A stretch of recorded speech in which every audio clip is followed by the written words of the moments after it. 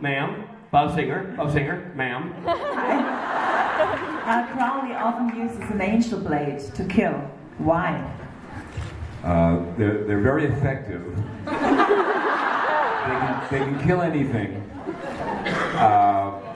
However, just so you know, in the writer's room, it's come up where we go, how did he get that? And we get answers like, well, there's an angel blade store. The angel blade arena. In hell? In hell, there's an angel blade store. Oh, this is brilliant. I love this. What we've come up with is that there were certain demons that conquered angels, and and this constant battle going on. And when a demon would beat an angel, he would take his blade, and that would get into the repository of the king's castle. So Kind of like the trunk of the Impala. very much so, yeah. Or this just the props department doesn't come up with an adequate weapon for demons. Well, there's only one demon blade, and the boys have that, and that's what kills demons, is the demon blade, or an angel blade, which can kill anything. And you're pressing me on this question, and I feel like I want to take an angel blade right now. I thought we need to play rock, paper, angel blade. Yeah, so that's the best I can do for you. Great answer. Thank you, Bob. By the way, Bob's staying here, so if you have a question for Bob, this is your opportunity. Now's the time. Young lady. Hi. By the way, Bob just found out he's staying here. You're going to ask me a question that I don't know the answer to. I'm gonna ask it anyway. Okay. Oh boy. Okay, in Dark Side of the Moon, I think it's Roy and Walt. They kill Sam and then they kill Dean. And Dean says, "Go ahead. When I come back, I'm gonna be pissed." Well, they come back, both Sam and Dean. And what happens to Roy and Walt? Roy is working at a McDonald's in Ames, Iowa. And what's the other guy's name? Walt. Tragically,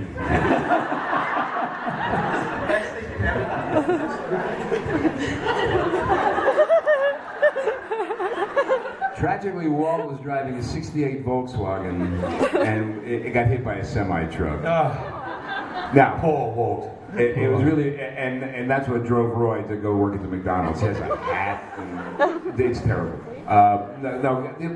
Maybe they'll run into him someday, So but Dean doesn't hunt them down.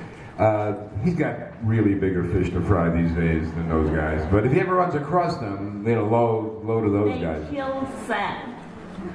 They kill I think she's upset, Bob. I think she's upset, Bob. I have a feeling she likes Sam and Dean. Hey, Sam came back, okay? It's not like he's gone forever. In show business, this is where we say, drop the mic and get off. But, Oh! No. but it's they got bigger fish to fry. And Sam's died what, 3-4 times? But they all know I die in the next episode. Death by hamster. You, young lady. Mark loved working with the hamster, by the way, because the hamster doesn't talk.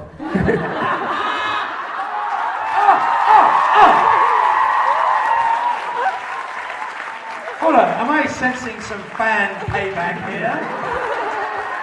Oh, they're on your side now. Yeah, they've definitely picked their side. Yes. Damn. Everyone loves the lead singer. All right, go. Thank you very much for being here, Bob. We all love you. And you should have more than one panel because it wasn't enough on the first I one. agree, right? Well, thanks to Richard, apparently I do. You're doing a panel of a fourth. Oh, you have. So my question is about Mark Shepard and Crowley, but it's to you. So This won't be awkward. that's actually a very, very good situation to have. How do you think it was to choose Mark Shepard to do Crowley? Do you think it's because of his humor that's pretty much like he brought it to Crowley, of course, but do you think it's because it would match so much? What do you think? How do you think he was chosen? I'm sorry, I missed that last part. So Mark Shepard and Crowley. Yes. How do you think it was the process to actually choose him to be Crowley? Because I think they are very much alike. Of course, he brought all this to Crowley, but what is the freedom for him to work with it, and how was it the process to choose him? Well, Mark read and knocked it out of the park. Crowley, in our mind, when that character was created as a crossroads demon, right?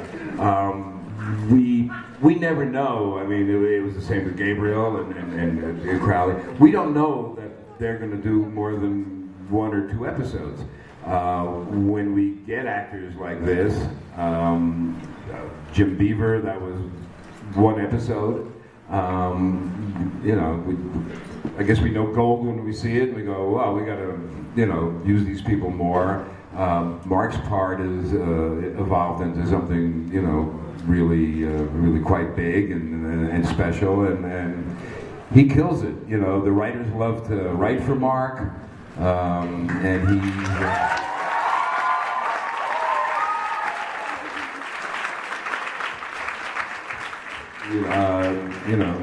Eugenie has his voice down. He just, fantastic. And we always, for Eugenie to go, yeah, that's a good idea for a script, but you got to write Crowley, because she writes Crowley great, and Mark, he just kills it, and it's just evolved. Gabriel was a one-off. We love Richard. Back he came. When we cast these parts, we don't really know if these characters are going to stick or if they're going to be one. Charlie was 1 episode. We loved her, brought her back. She became a... Easy now. They're not over it yet, Bob. They're really fresh today. Yesterday that she's going to come back, so it's fine. Yes, she'll, she's very busy, Felicia. Actually getting her in the last episode she did this season, Felicia was really busy, so we shot episode 21 last to accommodate Felicia's schedule, and had a very short post-production time to actually get that episode on the air in order. We loved Felicia and thought it was absolutely worth it to bend over backwards to make that work. So, it's not like Felicia's sitting home and going, oh, I hope Supernatural's going to call again. She's a really busy she's doing busy fine. Girl. Yeah, she's doing fine. If you miss Felicia, she's online every day, right? Yeah. We know, because he's in the green room online right now. Thank you for the question. Thank you. You. Yeah, so I got a question for Bob. We know that... Is this a setup that you had? I just listen, man. Listen, this is our idea. The people have not had enough Bob. I'm bringing Bob to the people. I give the people what they want. Isn't that what we've been saying all along? I'm a people person, Bob. I mean, I wanted to ask more what Doctor Who, if he was a doctor in Doctor Who, what he would wear, but that would be it. And that's hypothetical, so let's get a real question. Let's get a real question. Good Bob. We know that Jimmy Novak has gone and passed after the meat suit died. What about Adam? He's definitely not in hell.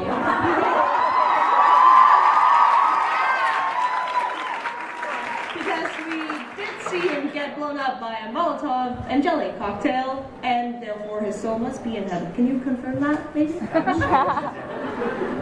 You're saying Adam's soul is definitely in heaven? Yeah. Definitely. And you're asking Bob to confirm that Adam is not in hell and he's definitely in heaven, because somehow you've worked out that his soul is in heaven.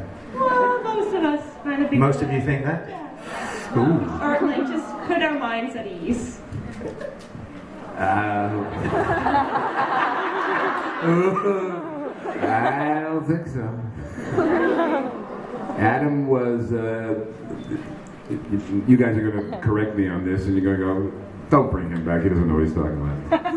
Adam was a brother the boys never knew. Yeah, the half brother. Yes. I believe in the mythology for whatever was going to happen in that thing. The brothers had to fight each other, and I believe that he and Lucifer are in the cage together in hell. That's my memory of it. Yeah. And that's the premise we've been going on for the last 4 or 5 years. So that's what we think. Sorry. Yeah. Bummer. And by the way, you know, we know that's a hanging chat, and we talk about that in the writers' room. You know, are we ever going to break him out of the cage? You know, and if you break him out of the cage, what does that do to Lucifer? And if Lucifer's out of the cage, does he come after Crowley? I mean, all these things are talked about in the writers' room, and you know, and they may come to fruition at some point. Well, I would love to see Pellegrino and Shepard going at it. Would be awesome. That's a hell of a lot to pack into next week's episode. Where I die by hamster and have to go off and do a penguin movie. My question is obviously for Bob. It's been going on that... This is the last question. It's been said that there's this theory that Chuck is God, but I remember Castiel grabbing the amulet and saying, I'm going to go find God, and if I find God, the amulet is going to tell me that he is that I found God. But when Dean is with Chuck, the amulet does nothing. So is Chuck God? And why did he vanish and suddenly show up for his 100th episode? What happened? Will we ever know?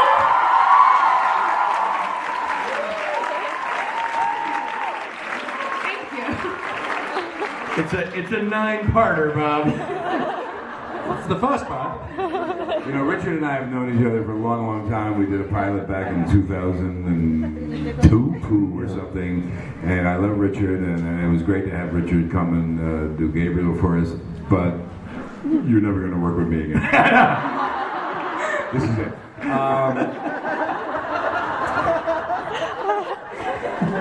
What we always thought was, and I think that was the last episode of season 5, if I'm correct. That's when Eric Kripke said, "Here, guys, run with the ball," and he gave us a ball and 1,000 yards to run with it. We talk about this a lot. Is Chuck God? Is Chuck not God?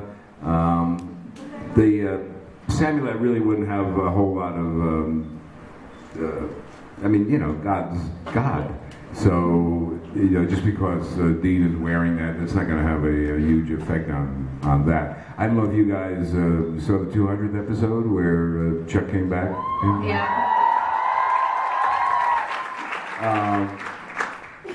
We toy around with this idea a lot, and for next season we haven't really solidified a whole lot of what we're going to do, but we know that we're playing with the darkness and the light, and the good and evil, and a lot of God stuff we're talking about. I always think actually portraying God or having God as a character is kind of a tricky bit of business. Having said that, we love Rob, so we're talking about it, but it's, you know, it's not as easy as a demon or just an ordinary angel. But listen, you know, we had the devil, but you know, we've seen that a lot. God, you don't see that much on a regular basis, so this one's hard for us, but I get where you're coming from, but we're talking about it. It's a wait and see on God. On that. Ladies and gentlemen, Mark Shepard, me, Bob Singer. Thank you guys. Thank you, Bob. Thanks, Richard. Thank you so much. Get back on stage. And want to sing for the last final? You go with Richard.